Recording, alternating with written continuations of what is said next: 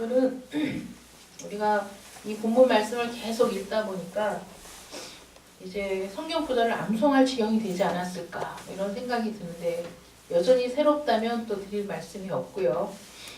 오늘 본문 말씀 중에 우리가 함께 나누었으면 하는 그 말씀은 나눠주며라는 우리 45절 말씀이죠. 나눠주며. 우리는 성경을 하나님의 말씀으로 믿습니다. 아멘입니까? 아멘. 하나님의 말씀으로 믿습니다. 성경이 하나님의 말씀이라는 것은 성경에는 의미 없는 구절이 없다는 것이죠.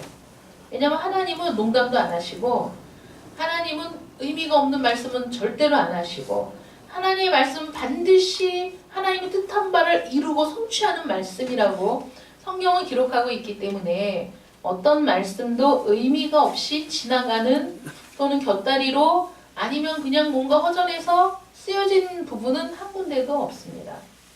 그런데 그리스도인들이 하나님의 말씀을 취사 선택하는 순간 하나님의 말씀의 능력이 나타나는 것이 아니라 또 하나님이 우리에게 원하시는 대로 우리가 행복한 삶을 살 수 있는 것이 아니라 취사 선택하는 순간에 우리의 본성에 이끌려 우리가 좋아하는 방향으로만 살고자 하는 욕망이 들어가기 때문에 하나님이 말씀하시는 다른 부분들은 거들떠보지도 않고 자기가 좋아하는 말씀들만 딱 뽑아가지고 그 말씀만을 가지고 내가 아는 하나님, 내가 받은 은혜, 내가 은혜 받은 구절 이것만 강조하면서 살 때 우리는 하나님이 의도하신 행복한 인생을 살기가 어렵다는 것이죠. 우리가 지금 몇 주간을 계속 생각해왔던 이 오늘의 본문 말씀, 사도행전 2장의 말씀들이 잘 생각해 보세요. 한번 정리를 해볼까요? 베드로가 설교했을 때 몇 명이 세례를 받았습니까? 3,000명이 세례를 받았습니다. 엄청난 군중이죠, 여러분. 그날에 3,000명이 세례를 받고 교회로 들어왔어요. 3,000명을 세례를 준다는 일은 어마어마한 일입니다, 여러분. 생각해 보셨어요? 3,000명이 세례를 받는 일도 3,000명이 세례를 받겠다고 한 것도 엄청난 일이지만 세례를 받겠다고 줄지어 서 있는 사람들에게 세례를 주는 일도 아마 하루 종일 걸리지 않았을까? 그 12사도들이 쉬지도 않고 세례를 계속해서 주지 않았을까? 이런 생각도 들 정도로 엄청난 인원이 이 교회로 들어왔어요. 세례를 받은 사람들은 세상에서 분리되어서 교회를 이루었는데 그들의 삶을 우리가 지금 계속해서 나누고 있지 않습니까? 초대교회 성도들의 삶이 어떠했는가? 그들은 세상과 분리되어 교회를 이루었고 그리고 그들은 사도들의 말씀을 날마다 듣기를 원했고 또 그 말씀을 들은 대로 성전에 모여 기도하고 떡을 떼고 하나님을 찬미하고 집집마다 모이면서 순전한 마음으로 기쁜 마음으로 그 모든 일들을 했다는 거예요. 우리가 보면 지금 우리의 모습하고 비교해 볼 때 물론 뭐 거기에 따라가지는 못하겠지만 그래도 우리 한국 교회는 모이는 데는 정말 열심히였거든요.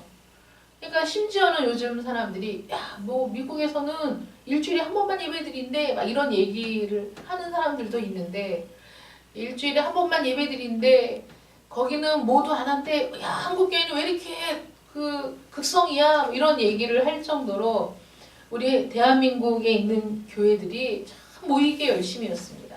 부흥회하고 부흥회도 일주일씩 하고 철야하고 새벽에 나가고 모이는 데는 열심히였어요.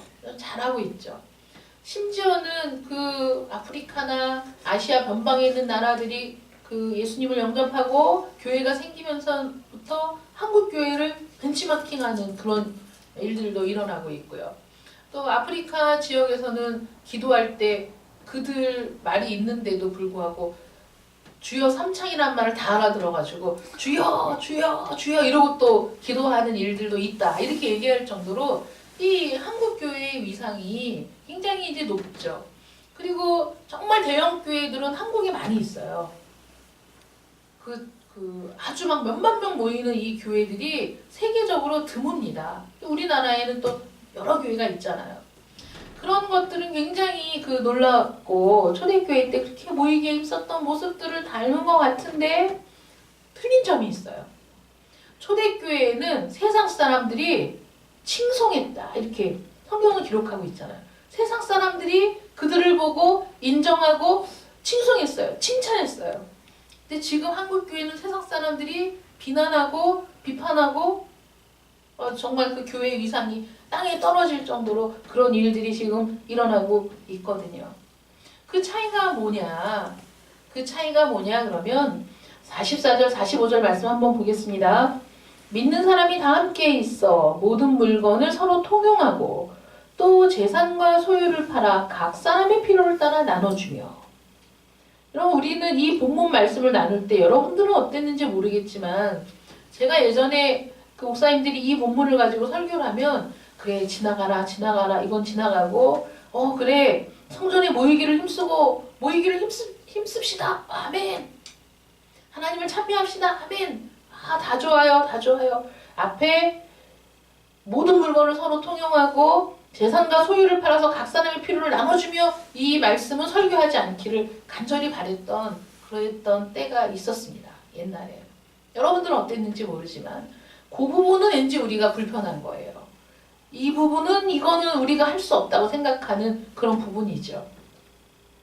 2000년 전 초대교회 그리스도인들은 자신들이 가진 것을 함께 나눴을 뿐만 아니라 자신들이 갖고 있는 동산, 그러니까 현물 재산이나 또는 부동산을 처분해가지고 필요한 사람들에게 나눠주기까지 했다는 거예요.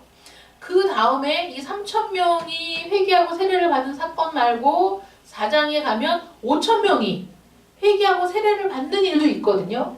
근데 사도행전 4장 32절에 보면 그들도 교회에 합류했을 때 3,000명이 교회로 들어와서 했던 일들을 그들도 똑같이 했다는 걸 볼 수 있어요.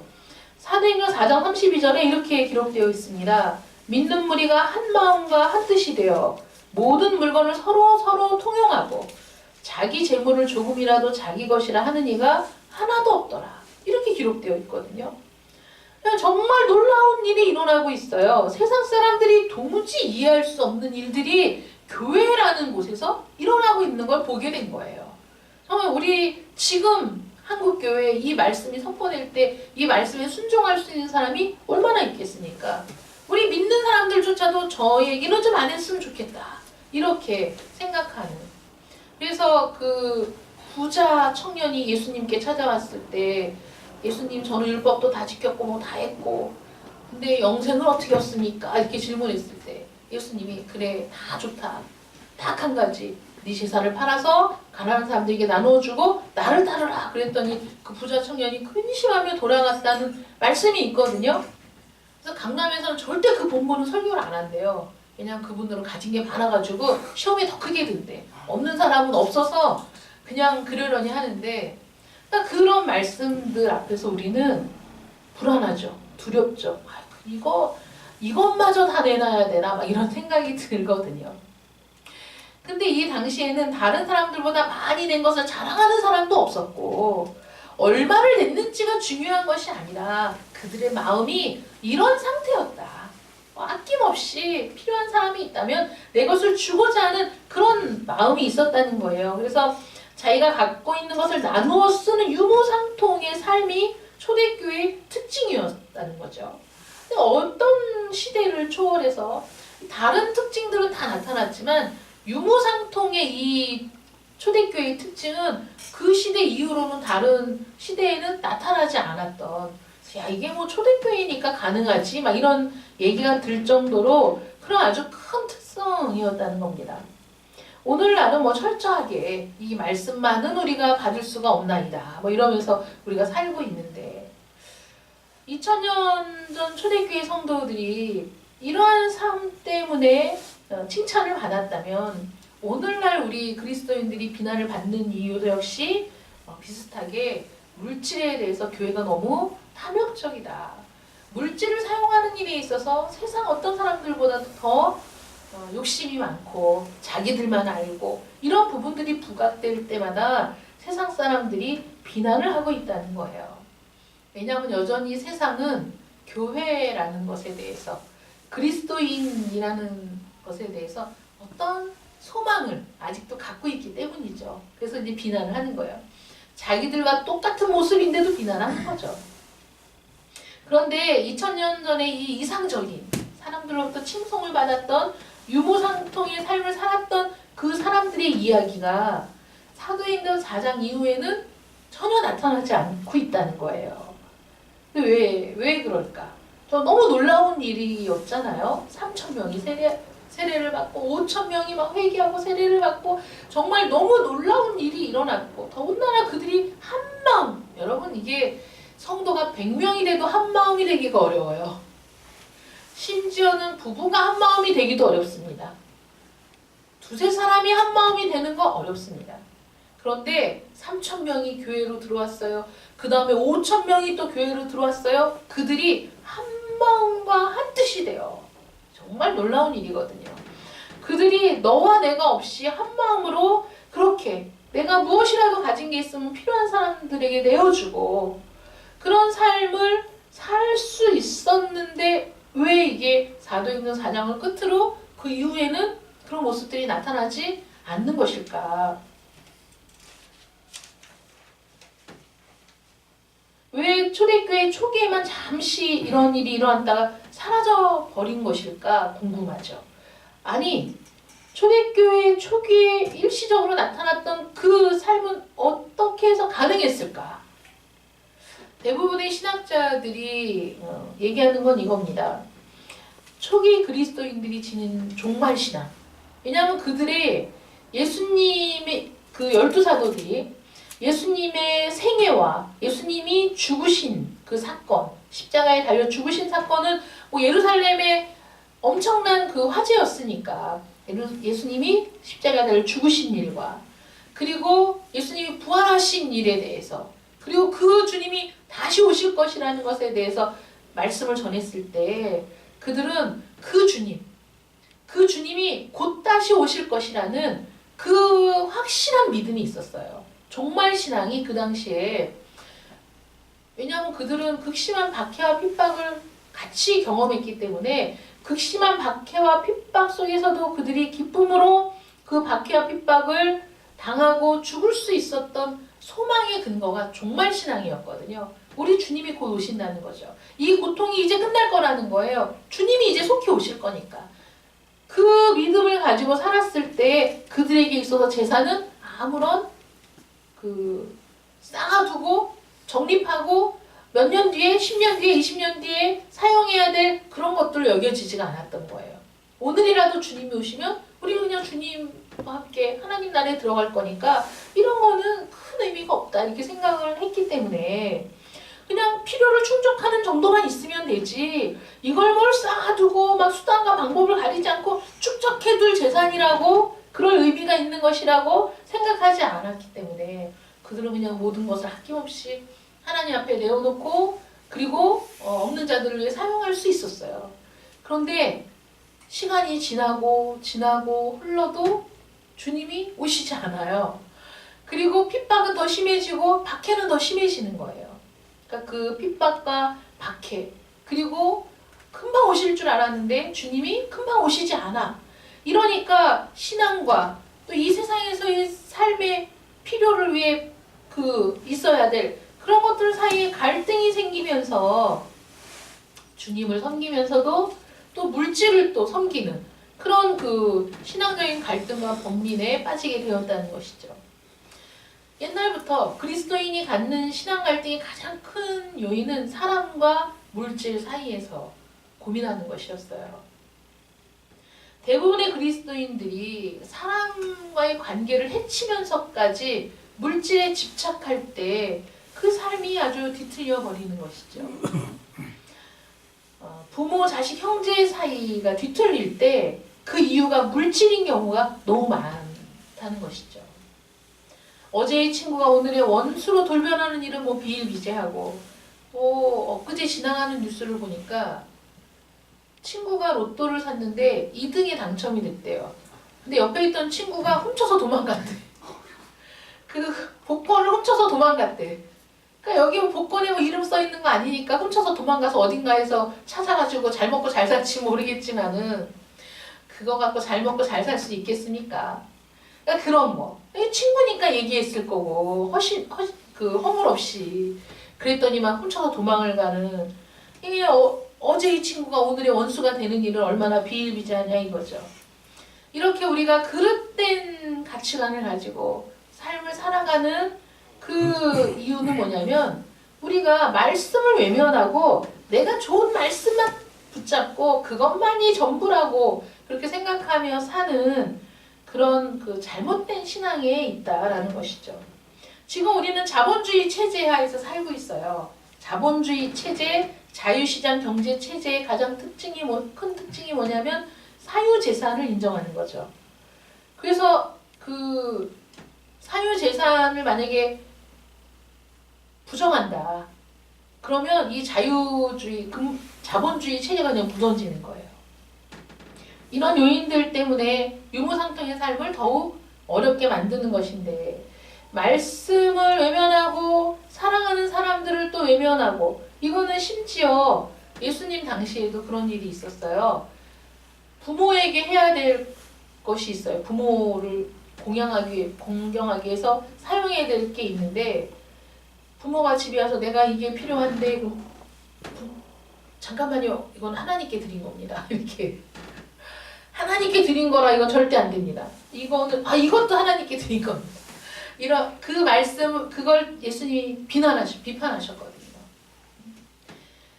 눈에 보이는 부모를 공경하지 않는 사람이 눈에 보이지 않는 하나님을 공경할 수 없다는 거예요. 이거는 정말 하나님께 내가 하나님을 너무 사랑해서 하나님께 드렸기 때문에 그게 아니라 부모를 공경하는 일을 하고 싶지 않기 때문에 부모에게 내 것을 주고 싶지 않기 때문에 그 부모가 방문해가지고 내가 이게 정말 필요한데 그거 하나님께 드린 겁니다. 당장 드린 건 아니지만 내가 이거 드리기로 마음 먹었다 이거죠. 이것도 하나님께 드린 겁니다. 이런 이중적인 또 위선적인 삶을 우리 주님이 질타하셨거든요. 근데 우리가 주목할 그 일이 뭐냐면 2000년의 이 교회사를 쭉 돌아볼 때 종말설이 대두될 때마다 그것을 신봉하는 사람들 사이에서는 일시적으로 유무상통의 삶이 이루어졌다는 거예요. 비록 시한부 종말론을 주장한 자들의 예언은 다 거짓말이 되었고 빗나갔고 그 집단은 이단으로 정죄가 되었는데 그 삶을 보면 그런 삶이 일어났어요. 제가 말씀드렸잖아요. 한 그 이단 종파에서 그 종말론 그 시한부 종말론을 3번 얘기해가지고 엄청난 부를 축적했다. 그 교회에서. 우리 생각에는 그걸 한 번 속지 2번 속아 이럴 텐데 거기에 심취해 있는 사람들은 그 말을 받아들이니까. 그래서 우리가 생각할 때는 언제 종말이 와? 그럼 종말을 대비해서 종말을 대비한 백팩을 판매하는데 그 안에 성경책, 양초는 그 손전등, 담요 이런 거 막 이렇게 들어있는 그 백팩이 500만 원씩 파는 거예요. 그럼 한 가족이 살려면 2천만 원 이렇게 들잖아요. 그거 막 바보 같잖아요. 우리가 생각할 때는. 근데 그 사람들은 그 말을 진짜 믿었기 때문에 이제 제가 여러분들에게 이렇게 얘기하는 거죠. 여러분, 제가 계시를 받았는데 부활주일에 주님이 재림하신다고 합니다. 우리는 재림을 준비해야 되는데 혹시라도 우리가 그 천년 기간 동안에 남아서 이 땅에서 그 다른 사람들, 그 휴거되지 않은 사람들을 전도해야 될 사명이 여러분들에게 있기 때문에 여러분들은 그 기간 동안을 견딜 그 장비가 필요합니다. 제가 이렇게 계속 얘기를 해요. 근데 그게 다 담겨있는 게 500만 원입니다. 그러면 그걸 믿으면 사게 될까요? 안 사게 될까요? 사게 된다니까요. 왜냐면 이제 종말이 오는데 무슨 소용이 있어, 다른 게. 그냥 교회가 그 일을 한다는데 내가 그날 휴가 될지 모르거든. 그러니까 교회가 할 일을 하기 위해서 내 재산, 집 팔아서 다 바치고 또 그 백팩도 사고 한다니까요. 근데 그걸 3번 했다니까, 3번. 거기서는. 이게 일정한 주기를 두고 3번을 그렇게 해가지고 그때 이게 엄청난 부를 축적했거든요. 그래서 다른 교회를 사. 교회가 건축을 했는데 빚을 못 갚아서 허덕허덕 하면 그거를 싼 값에 사들이는 그 이단이 있어요. 걔네들이 그렇게 해서 축적했어요. 그러니까 이 종말, 잘못된 종말론이지만 종말이라는 것을 사람이 인식하면 물질에서 자유하게 되는 거예요. 이제 종말인데? 이제 곧 주님이 오시는데? 이게 무슨 소용이 있어? 이런 생각이 든다는 것이죠. 사람들이 종말을 의식할 때에만 현실 세계에서 비로소 물질의 노예 상태에서 벗어날 수 있었다는 거예요. 하나님 앞에서 바르게 살 수 있는 길이 뭐냐 그러면 그 잘못된 그 사이비 그 종말론 말고 정말 우리가 그리스도인 각자가 종말 신앙을 살아야 된다는 거예요. 종말이 두 가지 종말이 있어요. 첫 번째는 우주적인 종말이 있어요. 이 우주적인 종말이 뭐냐면 이 인류 역사의 마지막을 고하는 거예요. 정말 주님이 재림하셔서 이 온 세상을 심판하시고 이제 새로운 세상이 열리는 그게 우주적인 종말입니다. 반드시 옵니다. 그런데 우주적인 종말만 종말이 아니에요. 개인적인 종말이 있습니다. 그렇잖아요. 우리 모두는 한 번 죽는 것은 사람에게 정하신 것이고 그 후에는 심판이 있다는 것 하나님의 불변의 그 원칙입니다. 그래서 모든 사람은 반드시 죽습니다. 이건 개인적으로 우리가 맞이할 종말이죠. 세상이 끝나지 않아도 반드시 개인적인 종말이 온다는 것을 기억해야 돼요. 그리고 그날 우리 개인적인 종말을 맞이하는 그날 우리는 하나님 앞에 서게 된다는 거예요. 그리고 나에게 주신 그 시간 언제 태어나서 언제 죽었는지 그 세상에서 보낸 시간들에 대해서 나는 하나님 앞에 내가 어떻게 살았는지를 다 회개해야 돼요. 결산해야 돼요. 내 인생을 결산하는 거 하나님 앞에서.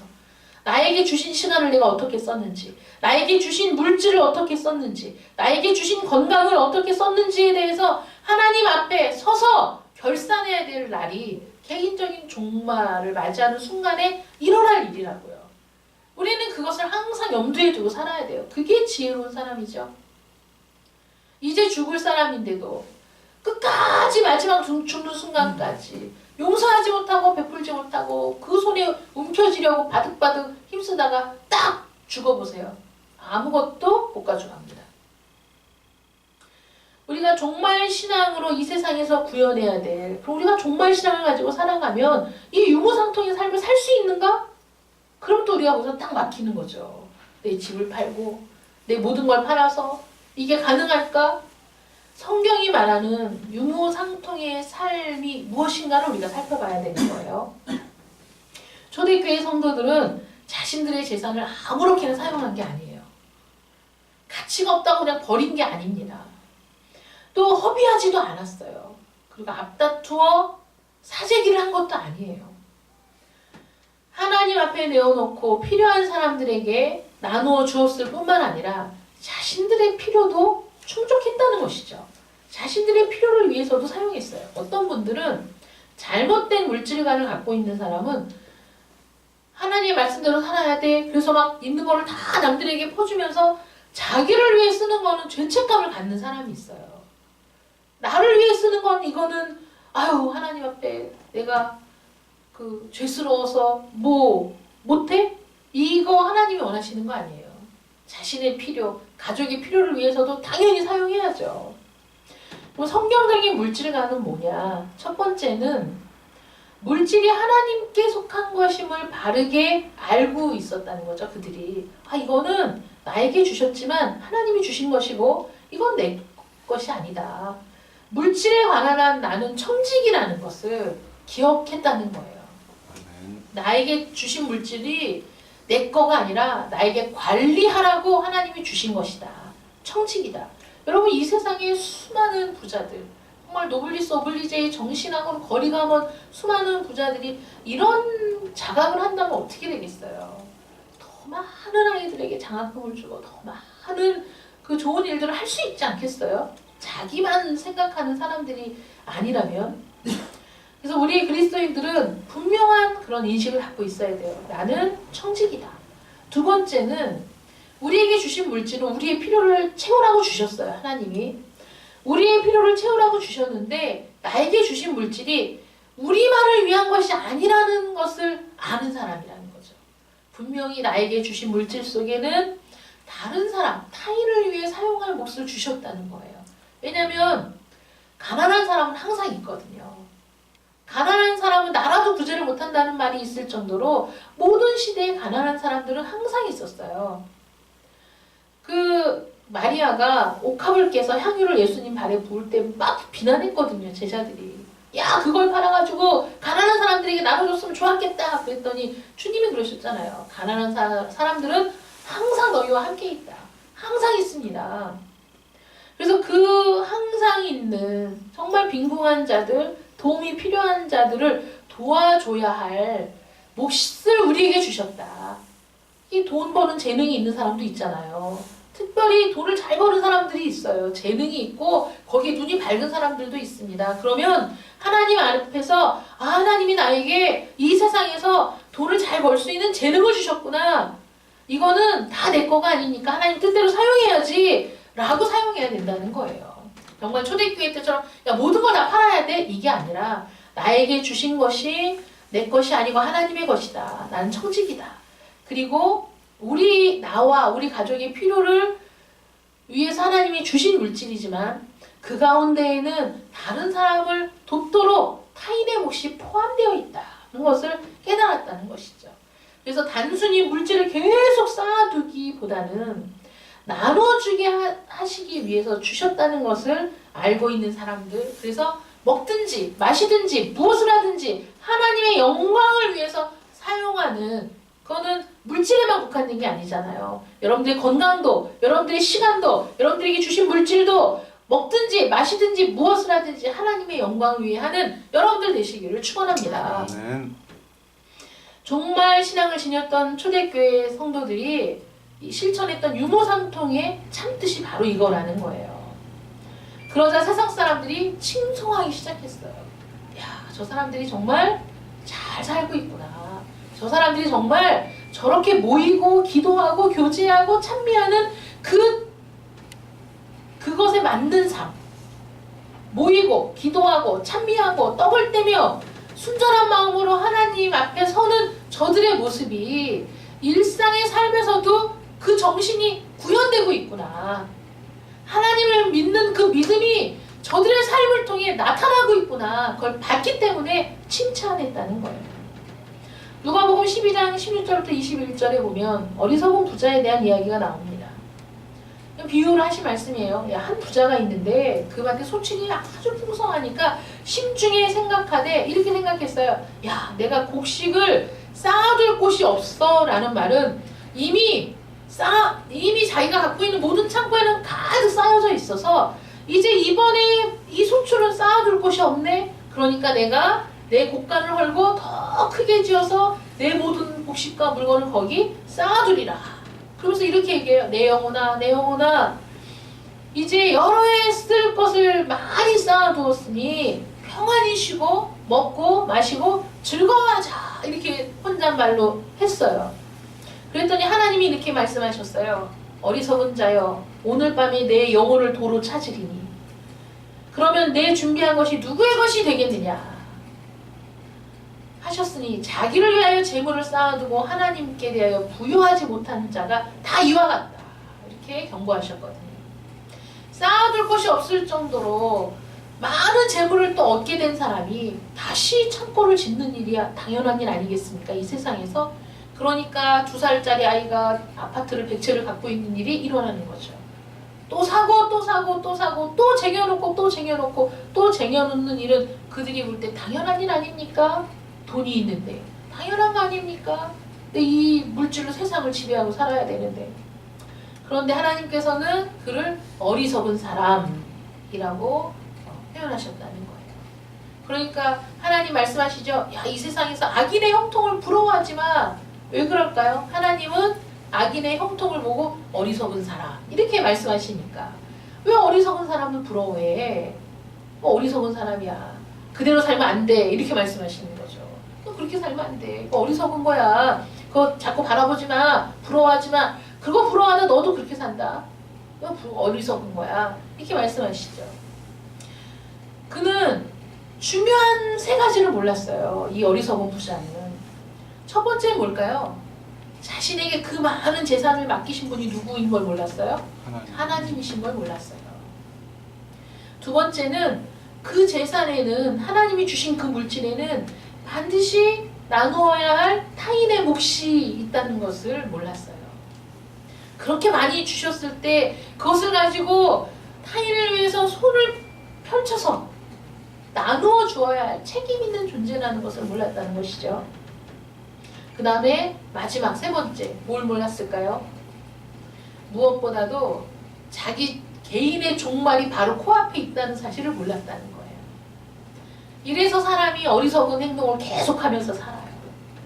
오늘 밤 내 영혼을 도로 찾으리니, 오늘 밤 내가 네 영혼을 취해서 가져갈 텐데, 그러면 네가 이때까지 쌓아놓은 게 누구 것이 되겠느냐? 이 책망이 있을 줄을 몰랐다는 것이죠. 그러니까 기고만장해갖고 내 영혼아, 이렇게 쌓아두었으니 이제 여러 해 동안 뭐 아무것도 안 하고 놀고 먹어도 될 만한 물질이 이렇게 쌓였으니 이제 먹고 마시고 즐기자. 오늘 밤 죽을 텐데. 그게 이 어리석은 인간의 한계라는 것이죠. 모든 재산을 어찌 사용했는지 하나님 앞에서 심판을 받아야 했습니다. 그 많은 재산에 털끝 하나도 가져갈 수 없었어요. 고스란히 놓고 가는 거예요. 후회해도 늦었다는 거죠. 죽은 이후에는 후회해도 소용이 없어요. 하나님, 제가 잘못했어요. 다시 한번 저를 살려주시면 제가 그 재산들의 절반을 다 가난한 사람들에게 나누어주고 필요 없어요. 소용없습니다. 그냥 죽으면 끝이에요. 두 번 다시 기회는 주어지지 않아요. 기회는 언제 주어집니까? 살아생전에 주어지는 것이죠. 그러므로 살아생전이 지금이 이 순간이 바로 그 순간일 수도 있다는 거예요. 내가 돌이킬 순간, 내가 다시 하나님의 뜻을 깨닫고 하나님의 뜻대로 살기로 결단하는 순간이 지금 이 순간일 수 있는 거예요. 나중에 언젠가는 하는 사람이 어리석은 사람이라는 것이죠. 언젠가는이 없을 수 있어요. 다시는이 없을 수 있어요. 이 부자는 이렇게 엄청난 재물을 쌓아두고 그냥 아무것도 가져가지 못하고 그냥 죽은 거예요. 사순절 기간입니다.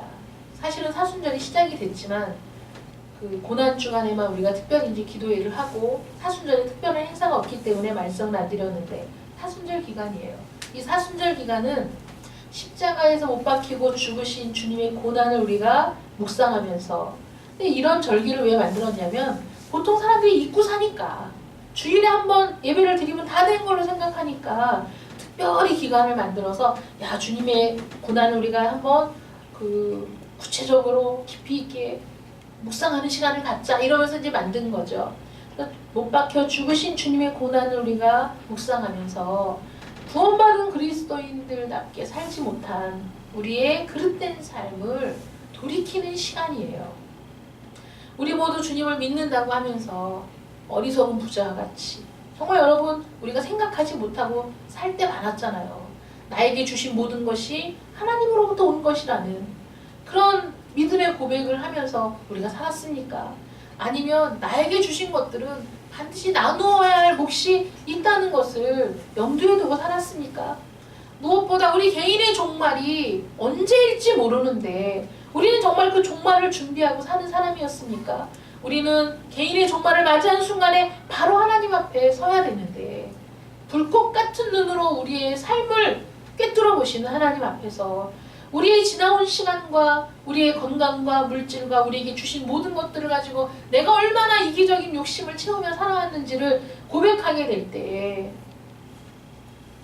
우리는 울고 불고 다시 한번 기회를 달라고 요청해도 그 기회는 주어지지 않는다는 것을 기억하고 이 말씀을 듣고 회개할 기회를 주신 하나님 앞에 회개하는 시간 되시기를 축원합니다. 우리가 각자 맞아야 할 개인적인 종말이 다가오고 있습니다. 점점 더 가까워지는 것이죠. 개인적인 종말에서 멀어지는 게 아닙니다. 그날 하나님 앞에 가져갈 수 없는 물질을 섬기느라 시간을 허비하지 마시고 그날 하나님 앞에 가져갈 수 있는 것들이 무엇일까를 여러분 생각하는 한 주간 되시길 축원합니다. 내가 하나님 앞에 뭘 가져갈 수 있을까? 물질 못 가져가요. 뭘 가져갈 수 있을까? 하나님 앞에 가져가서 내 삶을 하나님 앞에 결산할 때 담대하게 설 수 있는 여러분들 되시기를 축원합니다. 그러므로 이 한 주간 동안에 철저하게 종말 신앙을 소유한 자들로 다시 변화되어서 하나님 앞에 지나온 삶을 회개하고 또 앞으로 하나님 뜻대로 살아갈 것을 결단하는 귀한 한 주간을 보내시기를 축원합니다. 기도하겠습니다. 내게 능력 주시는 자 안에서 내가 모든 것을 할 수 있다라는 고백을 했던 사도 바울처럼 하나님 저희들도 우리에게 능력을 주시는 하나님의 능력 안에서 모든 진리를 행하는 진정한 그리스도인이 되기를 원합니다. 우리에게 능력을 주시고 은혜를 주셔서 우리의 그릇된 삶을 바로잡고 우리가 잘못 살아왔던 모든 가치관들을 버리고 하나님의 말씀 앞에 바로 서서 종말 신앙을 가지고 하나님 앞에 우리의 삶을 결산해야 될 때가 있다는 것을 기억하고 하나님 뜻대로 살아가기로 결단하는 우리 모든 성도들 되게 하여 주시옵소서. 아멘. 예수님의 이름으로 기도드립니다. 아멘.